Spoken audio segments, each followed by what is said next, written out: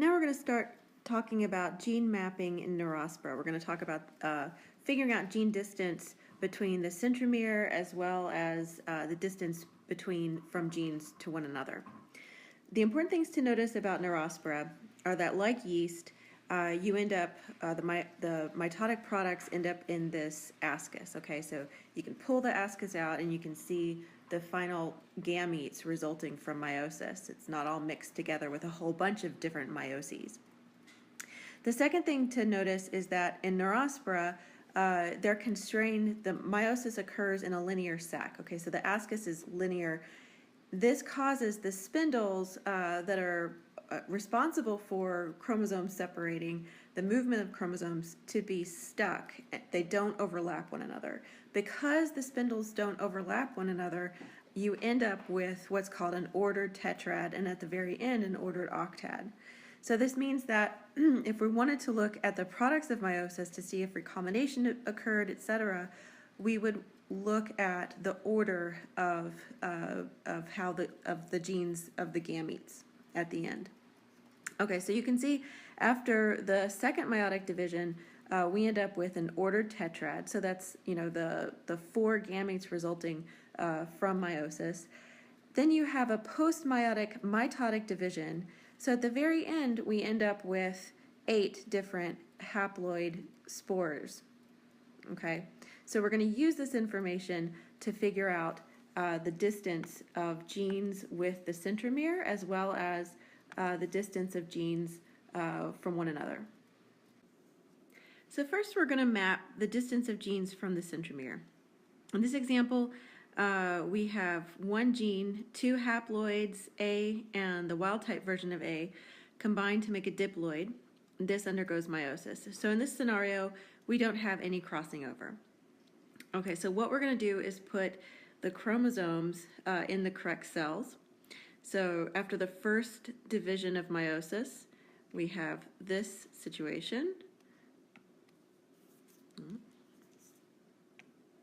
Okay, A plus plus. After the second division, AA plus plus. And then after the mitotic division, we end up with an ordered octad, excuse me. A plus plus plus plus. So the important thing to note about this slide is that we have the alleles from the 2 different parents segregating from one another in the first division. So this is called a first division segregation. Okay, now we have the situation where there's a crossing over that occurs between the gene and the centromere. Okay, so see this crossover event that has occurred right here between the gene and the centromere. We're going to look at the products of meiosis given this particular arrangement where you have a crossover between the 2 innermost non-sister chromatids. Okay, so what happens is first division segregation, we are A and plus. Down here we are A and plus. Notice that the alleles from the 2 different parents didn't separate in the first division segregation. They're going to split after the second meiosis. Okay, so then you end up with A plus A plus. Then you have your mitosis. So we have A plus plus, A plus plus. And take a note of the order. So look at this ordered octad and note how it differs from the first division segregation that I showed you in the previous slide. Okay, so now we're going to look at a second arrangement where we have a crossover event that occurs between the gene and the centromere right here. Okay, and that crossover occurs from the bottommost non-sister chromatid of this particular dyad, and then this non-sister chromatid from this dyad. Okay, so then what happens after the first division segregation is that we end up with a conformation like this, A plus, that's a plus, plus A. And again, the alleles don't segregate until after the second division. Okay, so now they're moving into different cells. Then we have our mitosis. So we've got A, plus, plus, plus, plus, A. Okay, so again, comparing the second division segregation to the first division segregation, we had a change in the linear order of the ascus of the particular alleles. So because of the precise position of the meiotic products in the ascus, we can figure out the arrangement and segregation of each chromosome during meioses 1 and 2. And this gives us ultimately information about the distance between the gene and the centromere. So going back to the first slide where we map this out, let's look at the example of first division segregation, where we have this, okay? The alleles segregate at the first division. The octad is going to look like this. Those are A's. These are pluses. And there's no recombinants, okay? So there's been no crossing over. There's no recombination. So 0 out of 4 recombinants. And we call this first division segregation. Now in this example, we had a crossover between the gene and the centromere. So we end up with A plus, with the octad looking like this. A plus, plus, A plus, plus. Okay, so 2 of our strands took part in a crossover. So we end up with 2 out of 4 recombinant events, okay? The alleles separated at the second division segregation, so we call these SDSs. And then the other arrangement, we end up with A plus A, that's an A. The octad looks like this. Those are pluses.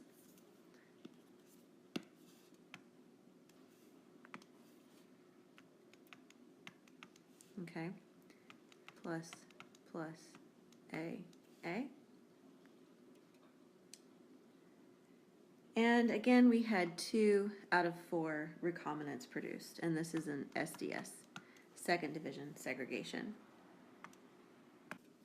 So to map distance between 2 genes in Neurospora, we basically want to figure out if the recombinant events between genes led to tetratype, non-parental ditype, etc. So we want to go through, when we're looking at 2 different genes, and say, are the gametes that are produced in the parental ditype,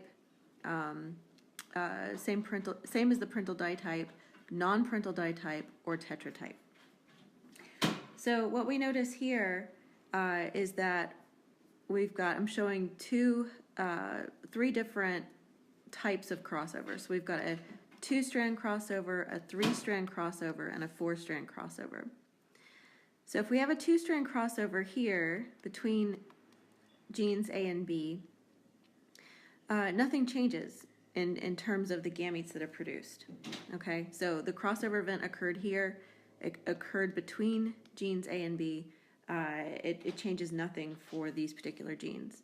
So what we're going to get from this meiosis is a gamete that's AB, another one that's AB, another one that's plus plus, and another one that's plus plus. So 0 out of 4 recombinants, and we know that this is parental ditype. So in this example, the next example, we have a 3-strand crossover event, which basically means there are 2 crossovers and 3 strands take part in it. From this, we get these following gametes: AB, A plus, plus plus, and plus B. Now this is exactly the same as it was in yeast. And we end up with 2 out of 4 recombinants. And we note that this is tetratype, okay, because all of the gametes are different from one another. Then here's an example of a 4-strand crossover, okay, 2 crossovers, so it's a double crossover, and 4 strands are taking part. From this, we get an A plus gamete, yeah, that's right, another A plus gamete, a plus B, and a plus B, okay? And this is non-parental ditype, okay? From this, we have 4 out of 4 recombinant types, okay? All are different from the parental ditype. So what we want to do to figure out distance between two genes is use this formula where we take a half of the tetratypes. So in a tetratype, we've got 2 that are the parental, right? And then we use all of the non-parental ditypes because they're all recombinants, divided by the total number of tetrads times 100, and that gives us our distance in centimorgans. Okay, so for genetic mapping in Neurospora, if we want to figure out the distance between the centromere and the gene itself, you classify each octad that results as either first division segregation or second division segregation. And then to figure out centimorgans of genes from the centromere, let's see, here's the centromere. How far, what's this distance? You take a half of the second division segregation, because it's only the second division segregation patterns that's going to show that there was a crossover event, divided by the total number of octads, multiply it by 100, and that gives you your centimorgans. To figure out the distance between two genes, so here we've got our centromere, here we've got our gene A, here we've got our gene B, and we want this distance here. We mentally collapse the octad into the tetrad, and I'll show you this in the next slide. Then it just makes it easier. Then we classify each tetrad that we're looking at as either parental ditype, tetratype, or non-parental ditype. The formula for figuring out the centimorgans between genes is right here. So you add all of the non-parental ditypes, because they're all recombinant, right? Plus a half of the tetratypes, times 100, divided by the total number of octad times 100, and that gives you your centimorgans between your genes.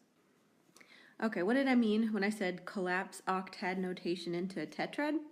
Okay, so here's our octad, and what we can do, we notice that because of the mitotic division that occurs, we have a repeat of each of the initial products of meiosis. Okay, so we end up with AB, AB, AB, AB, AB, well, lowercase AB, AB, lowercase AB, AB, etc. So we can just collapse this here into big A, B, little AB, little AB, and it's the same thing. It just makes it easier for us to look at it. Okay, so we collapse it mentally, and then we can say, first we go through and we say, for each of these genes, we have 2 genes here, are they first division segregation or are they second division segregation? So A is first division segregation, okay, because the big A's are in one position, the little a's are below them.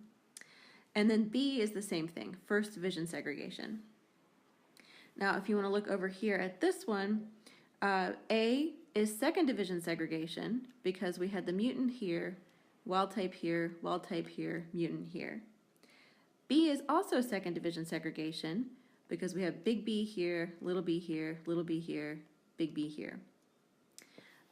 For this tetrad, you can see it's also, well, actually it's different. So for A, we've got second division segregation because we have the wild type first, then we've got the mutant. We've got the wild type here and then the mutant, okay? B, however, is first division segregation because the different B alleles moved apart from one another in the first division. So that's the first thing we do. The second thing we do is we figure out, is it parental ditype or non-parental ditype? In this individual, you can see that it's parental ditype, okay? This individual here is non-parental ditype, and that's because you have AB, big A, little b, little a, big B. What we went in with was an individual that had a mutant, was homozygous for a mutant, and then another individual parent that was wild type, okay? So this conformation tells us that it's non-parental ditype. We didn't get back anything that was similar to the parental. And here, the gametes, we've got two of our starting gametes are the same as the parentals, okay? So big A, big B, little a, little b. But then there was a recombination event here. Let me erase that. a recombination event occurred, and so that you can see you have two recombinants, little a, big A, little b. And this is tetratype, okay? So you've got 4 different types, tetratype. So let's apply what we just learned to a problem. Okay, so the problem states a Neurospora cross was made between one strain that carried the mating type allele big A and the mutant allele ARG1, and another strain that carried the mating type allele little a and the wild type allele for ARG1+. 400 ordered tetrads were isolated and they fell into the following 7 classes. We just collapsed the octads into tetrads here. So the first thing that we want to do is write out the genotypes that you're given. Okay, so we've got a mating type big A allele and then this mutant ARG1. So this is going to be A ARG1. And then the other type that we mated was mating type little a allele and ARG wild type. This problem is showing it this way, where it's A plus. Okay. So those are our parental types, right here and right here. What we want to go do for each gene is to figure out, is it first division segregation or second division segregation, and each of the 7 octads collapse into tetrads given. So for gene big A, the mating type big A, is it going to be first division segregation or second division segregation? You can see that it looks parental, right? So we had big A, little a, little a. So we're going to call this first division segregation. For 2, it's the same thing. First division segregation, big A, little a down here. For 3, same thing. First division segregation. For 4, we have a second division segregation. For 5, second division segregation. For 6, second division segregation. And for 7, second division segregation. Now let's look for the ARG gene, or ARG. We're going to show it, let's see, first it's first division segregation. Then we've got first division segregation. In the third one, we've got second division segregation. Fourth one, first division segregation. Fifth one, second division segregation. Sixth one, second division segregation. And seventh one, second division segregation. Now the next thing that we need to do is figure out, are we parental ditype, non-parental ditype, and tetratype? So remember, we did first division and second division segregation to figure out distance of the genes from the centromere. Now we're going to figure out parental ditype, non-parental ditype, tetratype, because we want to figure out if there was a recombination event between genes, or to map distance between genes using recombination events. So for the first one, we're looking exactly like the parental types that went in, big A, ARG1, little a plus, okay, so we didn't differ, so that's parental ditype. For the second one, we had recombinants produced, okay, so we've got big A plus little a and ARG, so we're going to call it non-parental ditype. For the third one, we have 4 different gametes that were produced. That's a tetratype. Okay.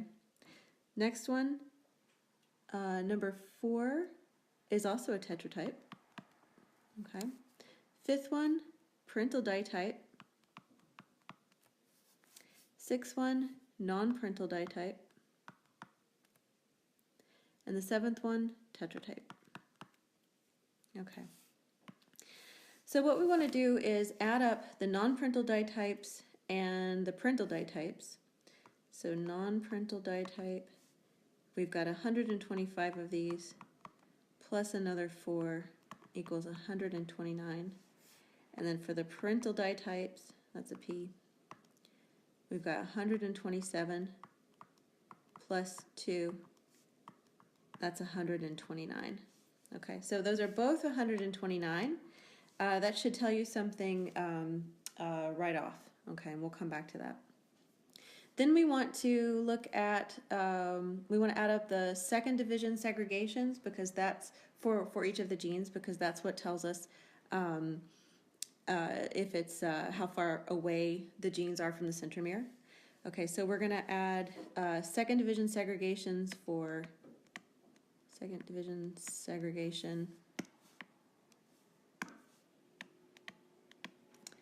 gene big A. That's a big A.